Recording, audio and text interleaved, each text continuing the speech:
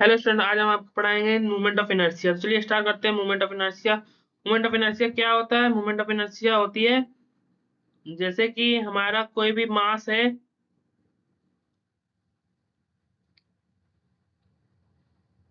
जैसे हमारा कोई भी मास है, ये मास है, मास मतलब भार, ये भार है।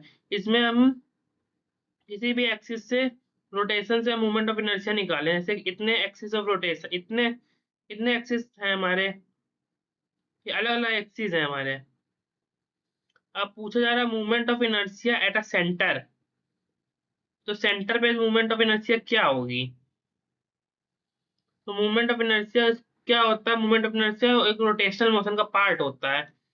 तो जब किसी चीज को हम घुमा देते हैं, तो इसको हम घुमा रहे हैं अलग अलग तरीके से, तो हम बताओ कि सेंटर पे मूवमेंट ऑफ इनर्शिया कितनी लगेगी। तो इसको निकालने के लिए हम क्या करेंगे?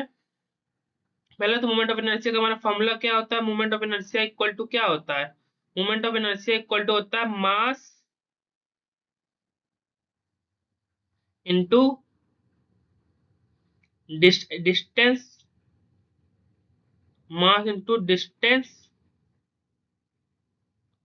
About distance of axis of rotation, distance of axis of rotation, distance of axis of rotation का square, distance of axis of rotation का स्क्वायर। तो ये होता है हमारा मोमेंट ऑफ इनर्शिया का फॉर्मूला। और मोमेंट ऑफ इनर्शिया को हम डिनोट किसे करते हैं? आई से।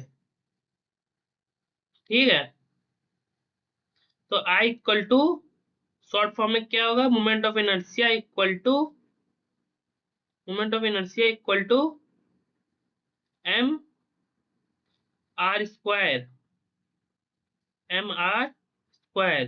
तो ये फॉर्मूला होता है हमारा movement of inertia equal to mass into distance from axis of rotation whole square is known as movement of inertia. तो चलिए स्टार्ट करते हैं। मूवमेंट ऑफ इनर्शिया, सेंटर पे मूवमेंट ऑफ इनर्शिया कैसे निकालेंगे? तो भाई इसमें तो बहुत सारे मूवमेंट ऑफ फोर्स हैं, तो बहुत सारे एक्सिस हैं। जैसे कि ये M1 है, ये R1 है, ये R2 है, ये R2 है, ये R3 है, ठीक है, ये R4 है, ये R4 है, ये R5 है। तो अब इतने सारे रोटेशन के एक्सिस है, और यहाँ पे सब में एक एक मास एक मास जुड़ा है। इसमें एक मास जुड़ा है, इसमें एक मास जुड़ा है, इसमें एक मास जुड़ा है,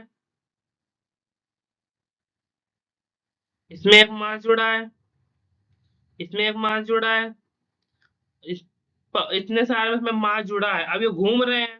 अब पूछ रहे हैं what is the moment of inertia about centre. तो सेंटर पे मोमेंट ऑफ इनर्शिया क्या होगी? तो सेंटर पे मोमेंट ऑफ इनर्शिया निकालने के लिए हम क्या करेंगे? Moment of inertia equal to F1, moment of inertia equal to M1 R1 square, R1 square plus M2 R2 square, M2 R2 square, M3 R3 square, R3 square. तो इस तरीके से डेड डेड डेड डेड इसका हो आता आता जाएगा। तो खूब सारे मास होंगे तो खूब सारे मास का भी आ जाएगा। फिर हमने इसको ऐसे कर दिया है। तो इसमें सिग्मा लगेगा, sigma summation of M, summation of M R square, summation of M R square. अब जोड़ेंगे तो सिग्मा लगेगा। अब इसका भाई अलग अलग शेप है, तो इसको तोड़ तोड़ के छोटा कर करके जोड़ेंगे। तो उसमें हम इंटीग्रेशन लगाएंगे। तो इंटीग्रेशन क्या होगा? Integration M R square D M. Integration M, integration क्या होगा इसका? इंटीग्रेशन होगा इसका, सॉरी ऐसे नहीं होगा इंटीग्रेशन, इंटीग्रेशन अलग होगा इसका। इंटीग्रेशन होगा आर स्क्वायर, आर स्क्वायर और डीएम। तोड़ेंगे भी तो, मास को तोड़ेंगे हम और रेडियस को जोड़ेंगे हम। तो इसी तरीके से तोड़ तोड़ के छोटा कर करके निकाल लेंगे पहले हम मोमेंट ऑफ इनर्शिया। फिर उसको डीएम को, मास को तोड़ तोड़ के निकाल लेंगे, फिर रेडियस के अकॉर्डिंग जोड़ देंगे। पहले मास को तोड़ तोड़ के निकाल लेंगे मोमेंट ऑफ इनर्शिया, फिर रेडियस के अकॉर्डिंग इसको जोड़ देंगे। तो क्या है हमारा, आया हमारा इंटीग्रेशन इक्वल टू पूरा होल मास क्या आएगा, पूरा मास आएगा integration R square, D M. तो इसका इंटीग्रेशन का फॉर्मूला क्या होता है आपको बता देते हैं। इंटीग्रेशन का फॉर्मूला होता है हमारा, जैसे ए की पावर एन है, एक्स की पावर एन है, तो इसका फॉर्मूला होता है हमारा एक्स की power n+1, n+1 upon n+1। तो यही फॉर्मूला हम इसमें लगा के मोमेंट ऑफ इनर्शिया निकाल लेंगे, सेंटर की होल मूवमेंट ऑफ, पूरी मूवमेंट ऑफ इनर्शिया निकाल लेंगे। ठीक है बच्चों, ये होता है मूवमेंट ऑफ इनर्शिया। चलिए स्टार्ट करते हैं। अब हमको सर्कुलर डिस्क रेडियस, अब हम डायमीटर के थ्रू मूवमेंट ऑफ इनर्शिया निकालेंगे, रॉड के थ्रू मूवमेंट ऑफ इनर्शिया निकालेंगे, और स्फेरिकल टेंजेंट के थ्रू मूवमेंट ऑफ इनर्शिया निकाल के आपको बताते हैं कि कैसे निकलता है। चलिए स्टार्ट करते हैं मूवमेंट ऑफ इनर्शिया के कुछ फॉर्मूले अलग से। ये मिटा दें तो आपको समझ में आ गया होगा। चलिए दूसरा स्टार्ट करते हैं।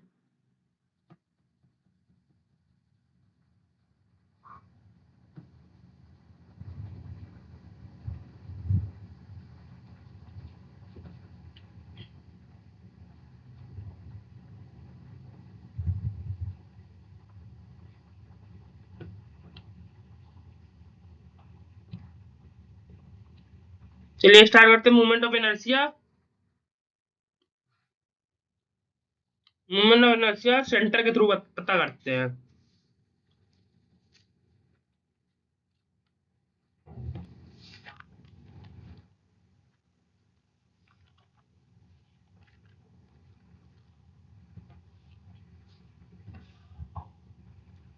तो देखिए मूवमेंट ऑफ इनर्शिया सेंटर की क्या होती है हमारी, देखिए जैसे कि हमारी कोई रॉड है, ठीक है, कोई रॉड है, डिस्टेंस है, कोई रॉड है या फिर लेंथ है, कोई रॉड है या फिर लेंथ है, ठीक है, कोई रॉड है या लेंथ है, या फिर कोई रॉड है या लेंथ है, ऐसे ही समझ लीजिए रॉड है या फिर सिलेंडर है कोई, इसकी हमारे पास कोई लेंथ दी गई है, ठीक है, रॉड दी गई है, लेंथ दी गई है, कोई सिलेंडर मान लीजिए या इसको रॉड मान लीजिए, तो रॉड मान लीजिए या फिर सिलेंडर मान लीजिए, कोई लेंथ दी गई है इसकी, ठीक है। तो इसकी इसकी मूवमेंट ऑफ इनर्शिया क्या होगी, मूवमेंट ऑफ इनर्शिया इसकी होगी, इसकी मूवमेंट ऑफ इनर्शिया होगी, रॉड ले लो या सिलेंडर ले लो, लेंथ तो सभी में सेम होगी, ठीक है। तो इसकी मूवमेंट ऑफ इनर्शिया होगी M L mass into length upon 3 ml², mass into length का स्क्वायर अपॉन 3।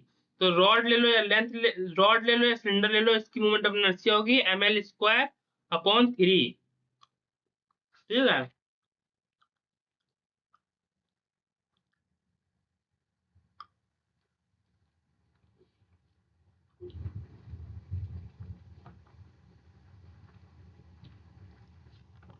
ठीक है, इसकी मूवमेंट ऑफ इनर्शिया यही होगी, रॉड ले लो या सिलेंडर ले लो, इसकी इनर्शिया होगी ml² by 3, mass into length square upon 3।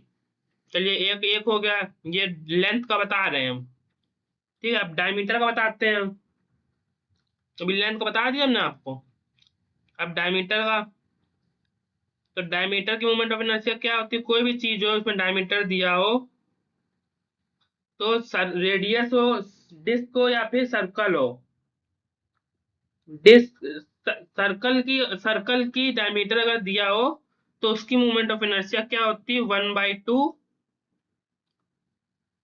1/2 M mass into radius का स्क्वायर, अगर डायमीटर दिया हो तो ये होती है उसकी मोमेंट ऑफ इनर्शिया। ठीक है, ठीक है, M into 1/2 M R square, mass into radius का स्क्वायर, लेंथ कर दी गई है, रॉड दिया गया, लेंथ दिया गया है, तो उसकी मोमेंट ऑफ इनर्शिया होती है mass into length square upon 3। ठीक है, अब आओ डायमीटर ऑफ अ डिस्क। कोई डिस्क दी गई है, जैसे कि हमें कोई डिस्क दी गई, सर्कुलर डिस्क, वो वो सर्कल नहीं है लेकिन सर्कुलर डिस्क है इस तरीके की। तो इस तरह की सर्कुलर डिस्क का क्या होता है मोमेंट ऑफ इनर्शिया, इसका देख लो। इसका होता है 1/4, इसका होता है 1/4 मास इंटू रेडियस का स्क्वायर। इसका ये होता है, डिस्क का ये होता है। ठीक है, डिस्क का ये होता है, सर्कल का अलग होता है, डिस्क का अलग होता है और लेंथ का अलग होता है। ठीक है,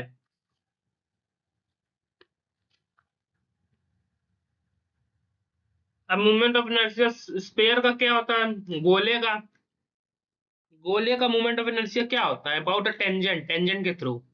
तो गोले का मोमेंट ऑफ इनर्शिया टेंजेंट के थ्रू होता है हमारा, ये भी देख लो, मोमेंट ऑफ इनर्शिया गोले का टेंजेंट के थ्रू होता है हमारा 7/5,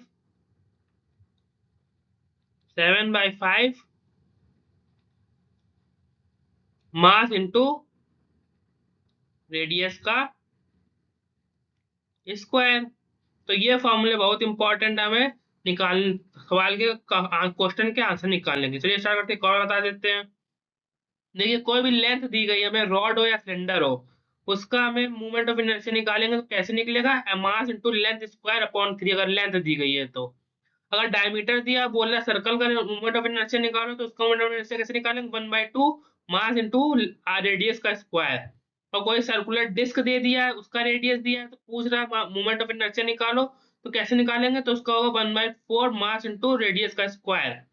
और कोई स्पेयर दिया है, गोला दिया है, तो स्पेयर दिया, गोला दिया है, तो उसका मोमेंट ऑफ इनर्शिया बोला निकालने के लिए, तो उसका कैसे निकालेंगे, उसका निकालेंगे 7/5 mass into R radius square. चलो, इसी से मोमेंट ऑफ इनर्शिया निकल आएगा। ठीक है, और मोमेंट ऑफ इनर्शिया टॉर्क कैसे निकालेंगे, moment of inertia torque, torque निकालने का सिंपल तरीका क्या होता है, टॉर्क निकालने का सिंपल तरीका होता है हमारा, ये एक्स है, नहीं ये जेड एक्सिस है, ये एक्स एक्सिस है, और ये वाई एक्सिस है। तो ये हमें निकालना टॉर्क, तो हम इसको क्या करेंगे, साइन थीटा कर देंगे। टॉर्क हमेशा क्या होता है हमारा, torque equal to R F sine theta. यहाँ पे हमारा कंपोनेंट कॉस थीटा का बनेगा, पर यहाँ पे हमारा जो ये एक ये बनना है, ये बनना है, ये हमारा आर बनना है। तो रिजल्टेंट ऑफ आर निकालने के लिए हम आर साइन थीटा लगाएंगे। पूछो क्यों, क्योंकि ये क्योंकि ये क्योंकि ये हमारा क्योंकि ये हमारा वर्टिकली डायरेक्शन का है। तो वर्टिकली डायरेक्शन जहाँ थीटा नहीं होता है, तो वहां पर हम क्या लगाते थे, साइन थीटा। यहाँ पे तो कॉस्ट लगेगा लगेगा नीचे वाले में, लेकिन ऊपर वाले में लगेगा साइन थीटा। तो ये आर है, ये आर है हमारा, और ये एफ है हमारा, ये एफ है। ठीक है, तो इसका टॉर्क जो होगा, वो होगा टॉर्क जो होगा, टॉर्क का सिंबल क्या होता है, इसको काटो, इसको काटो। टॉर्क का जो सिंबल होता है वो जेड होता है। जेड इक्वल टू क्या आएगा, एफ आर साइन थीटा, जबकि force into radius sine theta. तो साइन थीटा क्यों लगा, ये भी हमने आपको बता दिया डायग्राम समझा के। तो ठीक है, तो इस तरीके से हमारा टॉर्क निकल आएगा, और टॉर्क निकलने के बाद हमारा क्या आ जाएगा, मोमेंट ऑफ इनर्शिया आ जाएगा। और देखिए हमारे कुछ फॉर्मूले काइनेमेटिक के भी इसमें लगेंगे, जैसे कि कुछ 3 फॉर्मूले हमने आपको बताया था काइनेमेटिक के। वी स्क्वायर इक्वल टू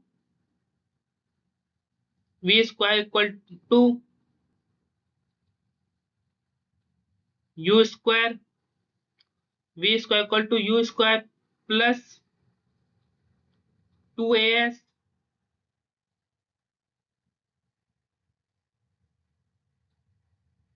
तो इसको हम कन्वर्ट कर देंगे rotational motion movement of inertia के फॉर्मूले में। तो v को क्या करेंगे, एंगुलर वेलोसिटी, एंगुलर वेलोसिटी को हम ओमेगा से डिनोट करते हैं। तो ये angular velocity square equal to ये लीनियर वेलोसिटी, u हमारी लीनियर वेलोसिटी हो जाएगी,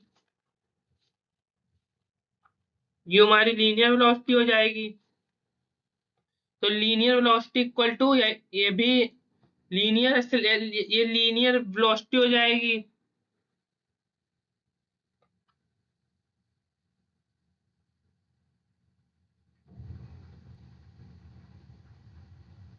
तो ये angular velocity equal to omega naught, ये भी एंगुलर वेलोसिटी ही है या दूसरी एंगुलर वेलोसिटी, प्लस पहली एंगुलर वेलोसिटी इक्वल टू दूसरी एंगुलर वेलोसिटी का स्क्वायर अपॉन 2 अल्फा क्या है, alpha angular acceleration into theta, theta क्या है, एंगुलर डिस्प्लेसमेंट। तो इस तरीके से ये फॉर्मूला हमारा आ जाएगा, मोमेंट ऑफ इनर्शिया का ये फॉर्मूला आ जाएगा। ठीक है, इसी तरीके से 2 फॉर्मूले और हैं हमारे, v equal to U plus A T, velocity equal to linear velocity equal to initial velocity, sorry final velocity equal to initial velocity u plus acceleration into time, acceleration into time. तो इसमें भी आप पुट कर देंगे omega के तरीके, इसका भी फॉर्मूला आ जाएगा। और एक और फॉर्मूला हमारा s equal to U T plus half A T square, U T plus half A T square. तो इसमें आप पुट कर देंगे वैल्यू, तो आ जाएगा हमारा एस क्या है, थीटा एंगुलर डिस्प्लेसमेंट, यू क्या है, omega linear velocity, angular velocity, sorry linear velocity नहीं एंगुलर वेलोसिटी है, ये भी एंगुलर वेलोसिटी है, ये एंगुलर एक्सीलरेशन है ए। तो 1/2 एंगुलर एक्सीलरेशन इंटू टी का स्क्वायर, तो आप पुट कर देंगे तो इसमें 3 फॉर्मूले आ जाएंगे। तो ऐसे ही होगा।